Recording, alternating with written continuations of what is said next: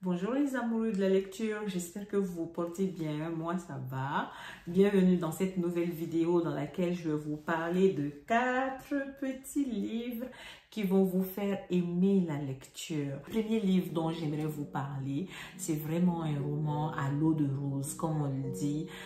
C'est quoi l'histoire avec ce livre? L'histoire avec ce livre, c'est grande sœur, si tu passes par là, gros bisous. J'ai une grande sœur qui s'appelle Anna Sangaré, qui est venue me donner des livres. Donc elle devait déménager, donc elle est venue me donner des livres, puis j'étais censée les vendre sur Facebook Market. Grande sœur, tu vois mon comportement, non? Les livres sont restés. Le livre s'intitule Déchirement. Voici à quoi il ressemble. C'est vraiment... Quand on dit eau de rose, c'est vraiment un roman à l'eau de rose. Moi, je l'ai lu il y a, je pense, 2 ans. Et c'est basé sur l'histoire d'une jeune fille, je pense 14-15 ans, puis qui vit sa vie d'adolescente, au fait. Vous voyez, ce que j'aime avec la lecture, c'est que quand on regarde un film, le film nous donne tout. Donc, on voit l'image, on voit l'action. Mais lorsqu'on lit, notre cerveau travaille à imaginer les scènes, à imaginer les personnages, à mettre en place les différents lieux, les différentes affaires. Puis, c'est trop beau parce que maintenant, j'en reparle et je me rappelle exactement de comment j'avais imaginé les scènes de cette petite fille dans le restaurant façon de son papa. C'est une histoire d'amour aussi. Elle ne comprend pas les comportements de son petit ami. C'est une histoire de première fois. Je voulais plonger dans le roman style ancien. C'est vraiment le roman idéal. Et la raison pour laquelle je vous dis que vous allez apprécier le lire, c'est que c'est écrit simplement. Puis ce qui est bizarre, c'est que c'est l'histoire d'une petite fille, mais en tant que personne adulte, on apprécie, c'est simple, elle est dans un environnement où elle se pose beaucoup de questions, un peu comme Safia. On voit un peu la construction de la personne, de l'enfant. Puis je pense en tant que parent aussi, c'est bien de pouvoir le lire. Il y a toutes ces sensations, toutes ces émotions de personnes qui sont indécises. J'ai l'impression d'être en face de 2 âmes qui sont comme en quête d'elles-mêmes. Puis l'une et l'autre, ben, c'est comme si tu avais un effet miroir de toi-même. Mais c'est trop doux, c'est doux, faut le lire. C'est doux. Je vais lire par exemple la page 115. Il y a un chapitre. Quand nous sommes arrivés devant chez moi, Joey s'est arrêté. Puis-je entrer ou bien dois-je rester devant la porte? Je me forçais à rire. En réalité, je me sentais déchirée. J'avais très envie que Joey entre un instant, mais je savais parfaitement que cela déplairait à mon père. Puis je me suis dit que cette situation était ridicule. Bien sûr, tu peux entrer, mais Joey resta sur place. Non, tu as raison. Il est tard, dit-il. Remettons ça à une autre fois. Ton père préfère certainement t'avoir pour lui tout seul pendant au moins quelques heures. Vous voyez, quand je vous parlais de personnes indécises, non? Aussi, le roman ne traite pas que de l'amour, ça traite vraiment de pardon, ça traite de questionnement existentiel, la peur de l'abandon, puis la quête sans cesse de la perfection. C'est vraiment un roman très très intéressant. Puis le dépôt légal était en 1852. Puis l'autrice se nomme Anita Eris. J'espère que je le dis bien. Oui, c'est E-I-R-E-S-E. On a tellement vécu. Oh, regardez. Pour vivre, il a vécu. À la fin de ma lecture, je me suis sentie un peu comme lorsqu'on regarde une série, puis il y a plusieurs saisons, puis on finit la saison 1. Puis là, tu switches directement sur la saison 2. Mais là, comment je fais pour trouver la saison 2 de ce livre? Comment je fais pour trouver la saison 2? Mais je vous partage quelques mots de la page 151 et 2. Mais oui, maintenant que j'ai quitté mon père, on peut aller à Londres ensemble. Ce n'est pas ce que tu voulais, Personne ne pourra plus nous empêcher de nous voir. Joey me caressa la joue. Je m'emparai de son doigt et l'embrassai tendrement. J'avais tant besoin qu'il me rassure, qu'il me dise que tout allait bien se passer. Joey, ses yeux verts posés sur moi avaient une expression lasse et apeurée, et je sentis mon estomac se nouer davantage. Il avala sa salive et hocha doucement la tête. Maria, je ne sais pas. 3 points. Comment ça, tu ne sais pas? Tu ne veux plus de moi? Mais si, que tu es si bête. Seulement 3 points. Ça va tout compliquer.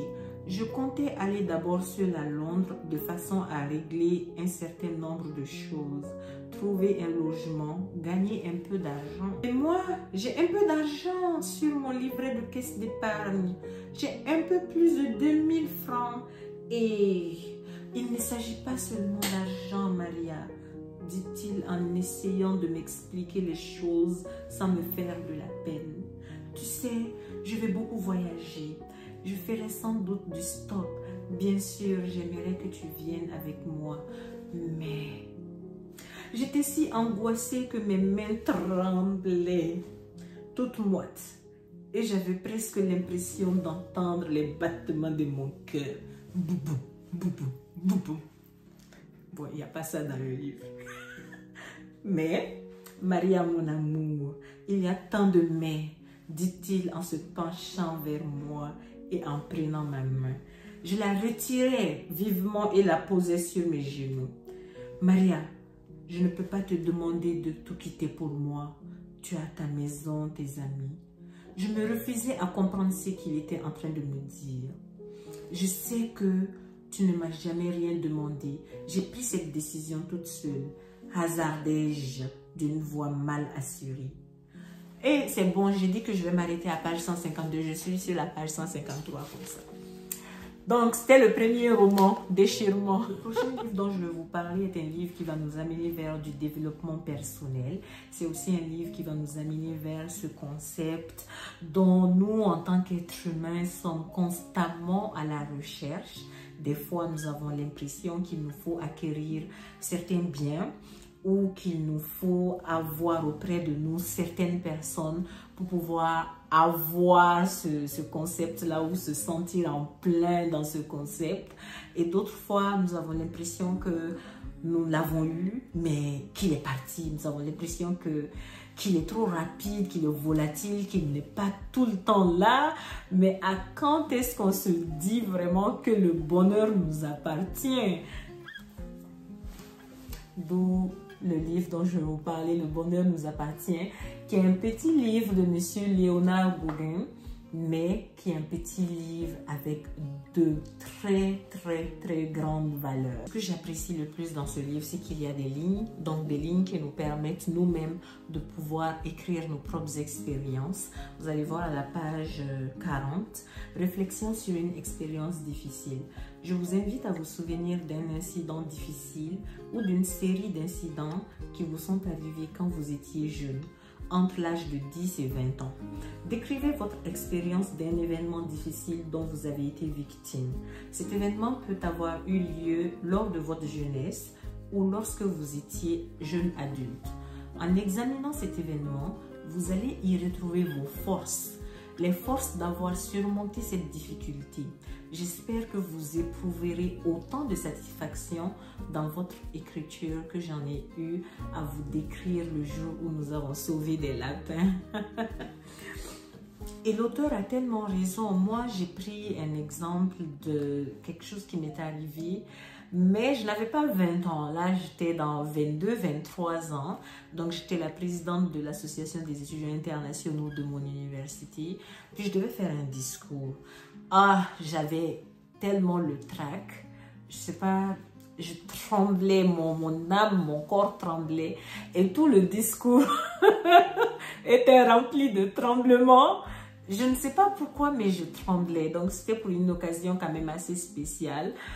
C'était pour la commémoration, pour les événements du 6 décembre, pour les personnes qui passent par là. Le 6 décembre, à la Polytechnique, il y a eu des crimes très, très horribles. Donc, un personnage pour lequel je ne perdrai pas mon temps à décrire, a eu à causer un acte horrible envers plusieurs femmes. Donc, pour cette commémoration, on devait faire un discours et moi, j'ai fait mon discours, puis mon discours était plein de tremblements, mon âme tremblait. Et lorsque j'ai fini, il y a des personnes en or qui vous aident dans la vie. Donc, j'ai une maman Philomène qui m'a dit, mais c'était bien, ton message est passé. Et là, ça m'a apaisée, mais je tremblais. Et avec le recul, quand je lisais cette partie du livre, c'est exactement à cela que j'ai pensé. Parce qu'après, maintenant, lorsque je parle, j'ai toujours mon trac, mais je suis consciente du fait que, est-ce que mon message est passé? Au fait, le message est passé, puis je suis en train de parler à d'autres personnes qui sont autant des êtres humains que moi. Donc, le message passe et c'est le plus important. Donc, pas la peine de se stresser. Je vais vous partager une autre partie que j'ai trouvée très intéressante à la page 57. Éprouver des regrets est d'abord un signe que nous sommes en santé et bien vivants.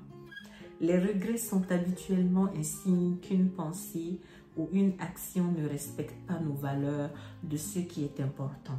Cela peut nous inciter à la réflexion et à la possibilité d'agir différemment la prochaine fois. Toutefois, lorsque nos regrets deviennent des remords qui nous hantent, nous devons passer à l'action.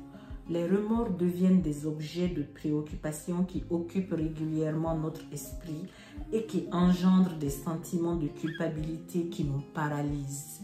Selon Gandhi, le faible ne peut pardonner. Pardonner appartient au fort. Pour finir avec les parties de ce livre, j'ai emprunté quelques mots à la page 96, donc les dernières parties. La dernière phrase. Quelle devrait être la dernière phrase pour terminer ce petit livre sur le bonheur? Tout en vous remerciant et en souhaitant que ce livre vous ait permis d'avancer dans la quête de votre propre bonheur, j'aimerais laisser la dernière phrase à Mahatma Gandhi. Gandhi, pardonne-moi. Homme politique et imposant, guide spirituel en Inde.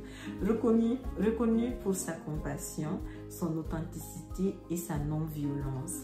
Eh bien, la voilà cette dernière phrase qui nous rappelle à qui appartient le bonheur. Quand ce que vous pensez, ce que vous dites et ce que vous faites sont en harmonie, le bonheur vous appartient. Gandhi. Enfin, à la 4e de couverture du livre, on a en accompagnant des personnes qui vivent des périodes difficiles, j'ai été témoin de courageux rebondissements vers des vies plus satisfaisantes.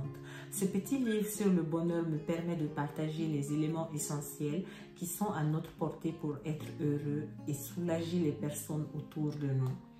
Donc, diplômé de l'Université de Moncton et de l'Université de Montréal en psychologie, le docteur Léonard Bouguin a été reconnu comme professeur émérite en sciences de l'éducation par l'Université de Moncton en 2014 après 30 ans comme professeur. Psychologue de carrière, il a rendu service à une vaste clientèle au Québec et au Nouveau-Brunswick. Il maintient toujours une pratique d'une journée-semaine comme psychologue à Dieppe auprès de personnes vivant des traumatismes et des deuils. Dans ce petit livre sur le bonheur, il nous démontre que le bonheur est à notre portée. Alors les amis, si jusqu'à date vous appréciez cette vidéo, je vous invite à vous abonner, à liker, puis à partager la vidéo à vos proches. Moi, ça m'encourage beaucoup dans la construction de mon travail, de mes vidéos, puis de mes recherches. Pour notre 3e livre, je suis sûre que personne n'est mort puis est revenu. Bon, en tout cas, pas dans mon entourage. Je ne sais pas si vous, dans votre entourage, vous avez connu quelqu'un qui était décédé puis qui est de retour. Si c'est le cas, dites-le moi ou dites-le moi dans les commentaires. Je vais éviter votre maison. Non mais, pour être plus sérieuse, je dis ça juste pour qu'on sache à quel point notre vie, elle est unique. On ne la vit qu'une seule fois jusqu'à date. Si on la vit autrement ou si on se réincarne, tout ça, ce sont d'autres vérités. Mais la vérité qu'on est en train de vivre actuellement, c'est qu'on ne vit qu'une seule fois notre vie. Et c'est important de le souligner parce que des fois, en tant que jeune personne, on conduit, puis la conduite est bizarre. Des fois, on mange, puis notre machine, on ne l'entretient pas, on mange bizarrement. Puis, des fois, on s'inflige des sentiments qui nous fatiguent, sans savoir que, ou en oubliant que notre vie, on ne la vit qu'une seule fois.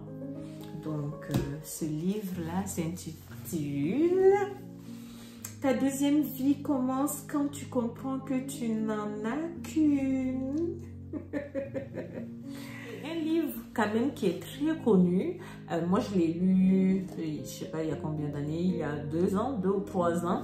C'est un livre qui est bien connu parce qu'il a été best-seller. Puis le nom de l'autrice, c'est Raphaël Giordano.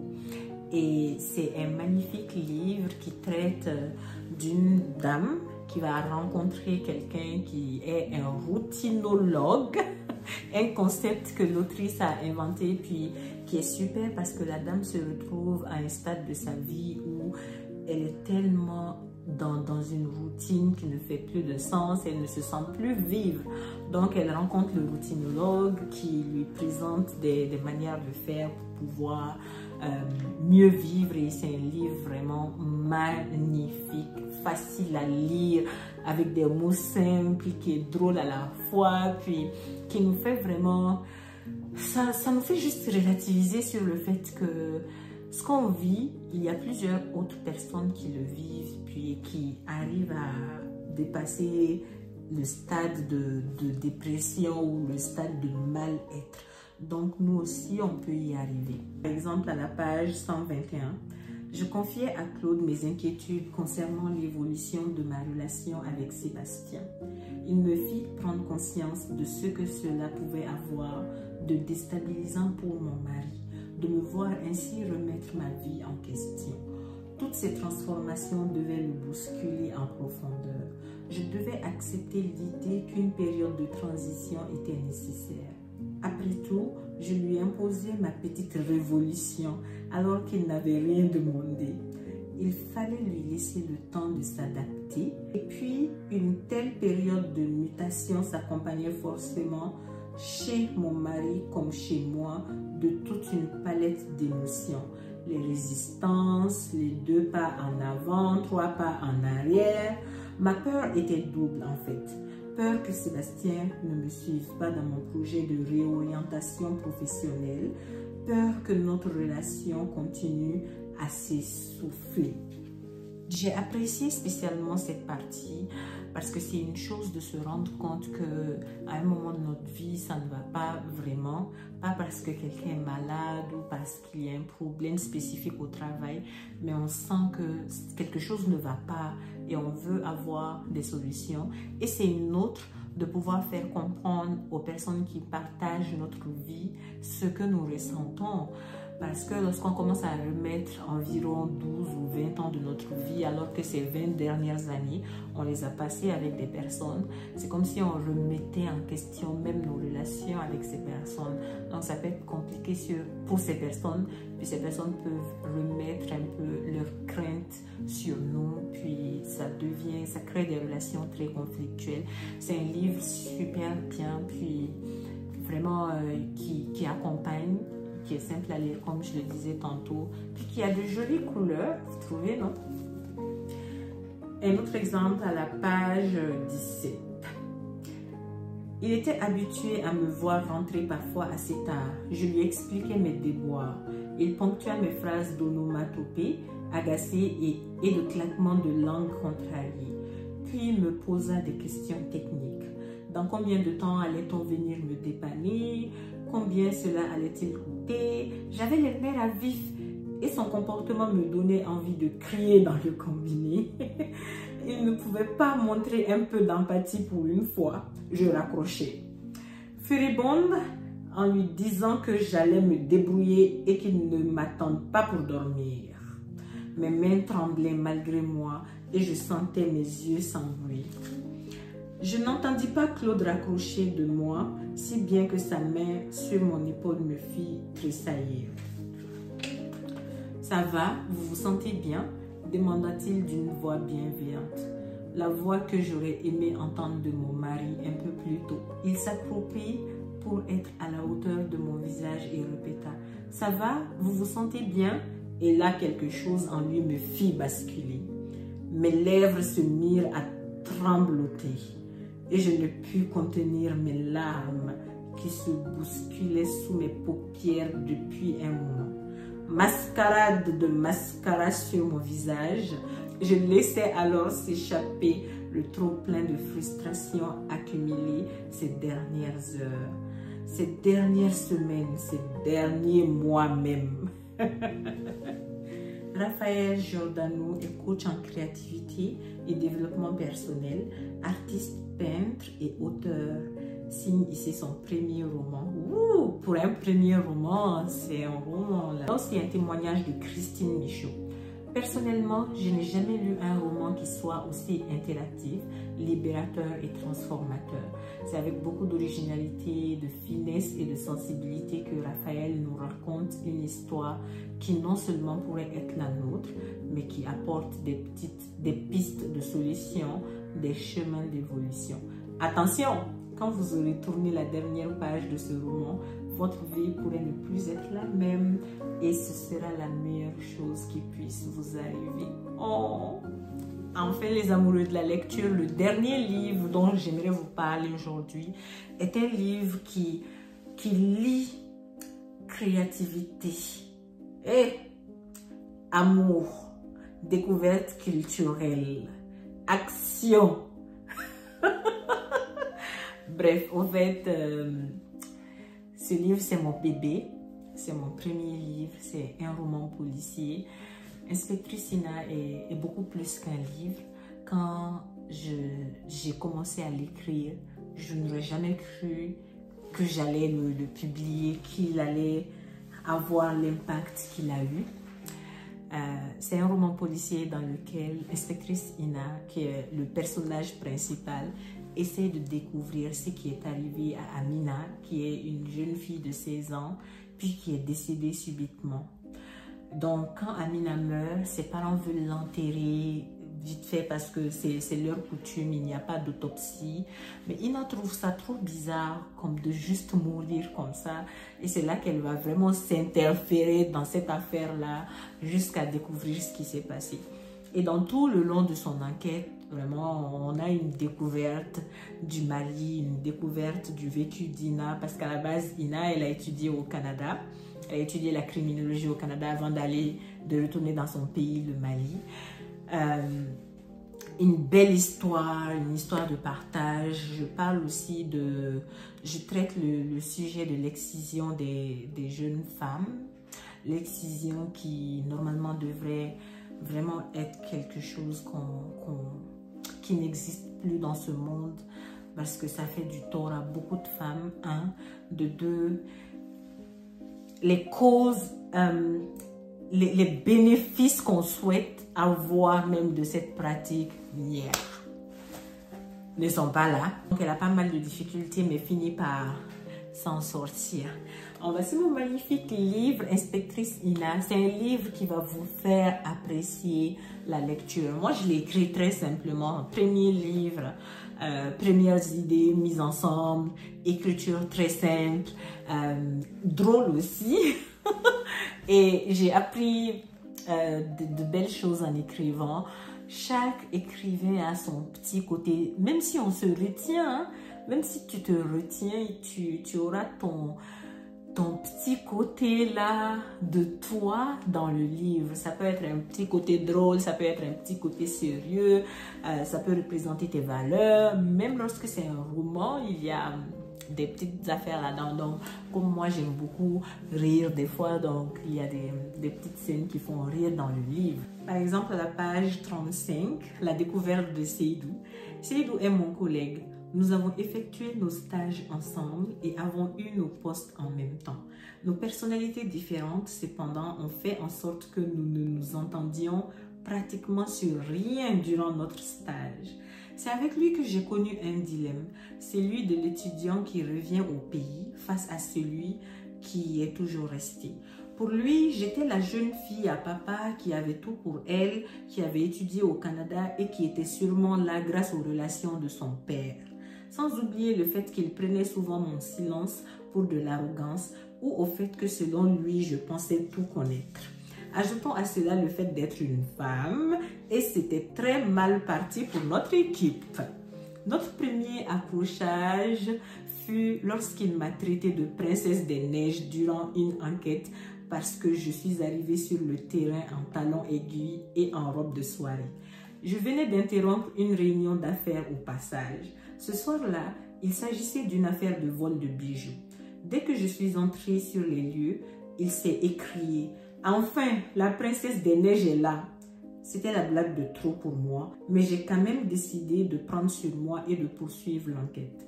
J'ai quitté les lieux plus tôt que les autres en prétextant que j'avais une autre urgence. Quant à Seydou, il se dirigeait vers sa voiture pour rentrer chez lui. Il venait à peine de démarrer qu'il sentit une arme se poser à l'arrière de son crâne. « Fais un seul mouvement brusque, un seul et je t'explose la tête », ordonnai-je avant de poursuivre. Si j'étais au Canada, en plein hiver, je te dirais même que j'enterrerais ton corps au fin fond des glaces, telle une vraie princesse des neiges. « Non mais tu es folle, Ina, qu'est-ce qui te prend ?» me répondit-il d'une voix frémissante. Je lui ordonnai de me donner son arme. « Non, tu ne peux pas être sérieuse. Nous sommes en pleine ville, voyons. »« Tu veux parier, Seydou? Donne-moi ton arme. » Il glissa son arme vers moi. « Ok, maintenant tu vas bien m'écouter. Plus jamais tu ne me traites de princesse des neiges. Je suis Ina, voire inspectrice Ina. Et la prochaine fois que ça t'arrive de te tromper de nom, sache que je serai moins aimable que ce soir. Oh, je suis sincèrement désolée, ma beauté. J'avais compris que celui-là était une cause perdue avec le ton moqueur sur lequel il m'avait gazouillé cette phrase avant de se marier, même sous la menace d'une arme. J'ai aussi une partie à la page 50. Que ce soit les personnes comme Salif qui nous pensaient trop sensibles ou comme le propriétaire du magasin qui nous croyait de manière flagrante ou maquillée, pénalisés par notre genre, donc peu outillés, la réalité était que souvent, très souvent, on préférait que la femme se contente d'être l'éducatrice principale de la progéniture, voire qu'elle reste à la cuisine.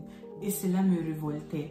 Une femme peut être à la cuisine, oui, si elle le désire, mais sa place existe aussi comme technologue en génie électrique, conductrice d'engins de chantier, programmeuse, femme d'affaires. La place de la femme est dans le cockpit d'un avion, dans un train, dans un vaisseau spatial, au fin fond de l'océan, dans un sous-marin.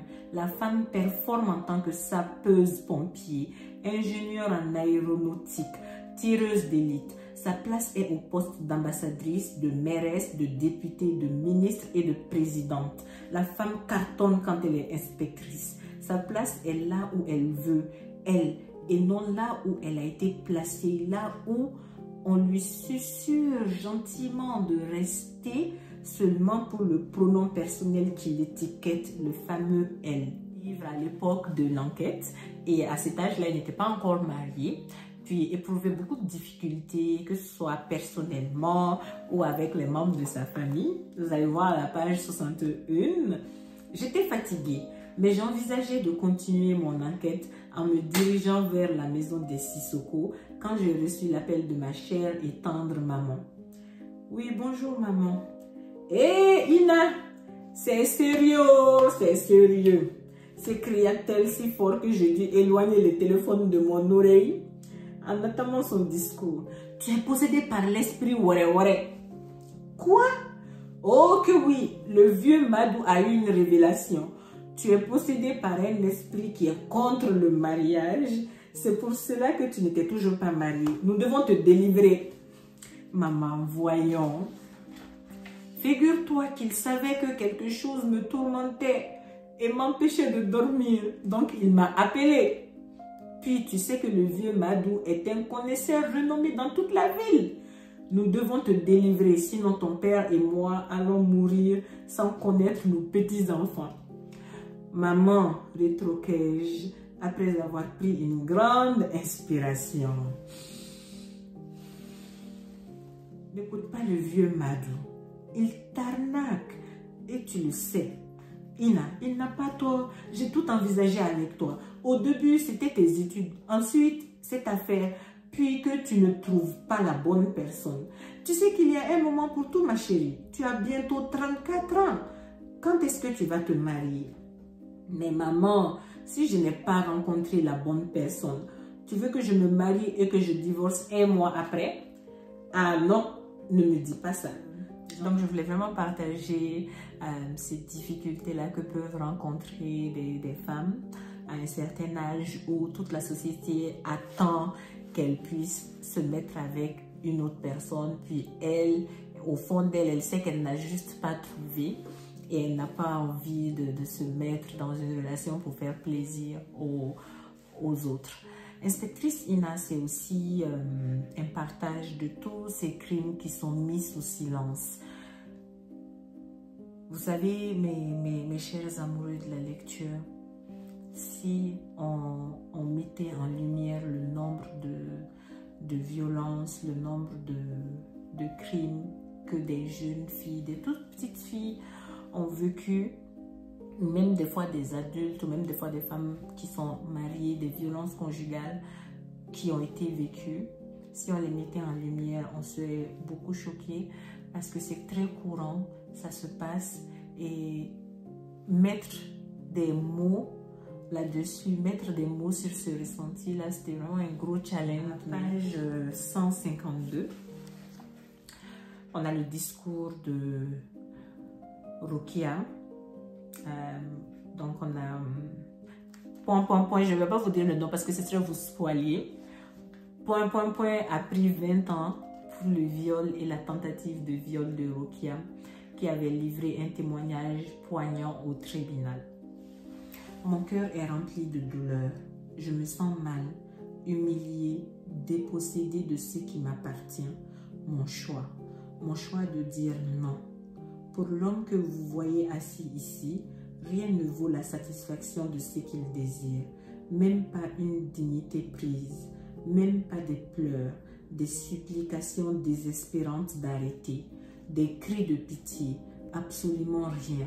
Mais mon cœur est aussi rempli d'espoir, l'espoir que j'ai en vous de pouvoir l'empêcher de recommencer ce qu'il désire. Car ce qu'il désire faire subir aux femmes, je ne le souhaite à aucune personne sur terre. Aucune. Mon espoir est en vous, chers tous. Les amoureux de la lecture, ceci met fin à cette belle vidéo. J'ai pris beaucoup de plaisir à la tourner. Ça m'a rappelé beaucoup de souvenirs, beaucoup d'émotions, bizarrement, avec Inspectrice Ina tout à l'heure. De belles sensations, de belles émotions, parce que l'écriture est juste magnifique. L'écriture permet de voyager et lire d'autres personnes. C'est beau, on apprend de ces personnes-là, puis on apprend de leur manière de voir les choses, mais surtout on apprend de comment est-ce qu'on se sert de ce qui est dit dans le livre pour pouvoir grandir nous-mêmes personnellement. Parce que ce monde-là, il est vrai. On veut vivre dans les bisounours, on veut rire, on veut s'aimer, on veut être positif, mais il y a des choses qui se passent qui ne sont pas très agréables. Donc on a besoin d'outils qui se trouvent dans plusieurs livres et qui nous aident à avancer. Si vous avez apprécié ma vidéo, je ne cesserai de vous demander de vous abonner, de liker et de partager la vidéo à vos proches. Merci, au grand plaisir de vous retrouver pour une autre vidéo.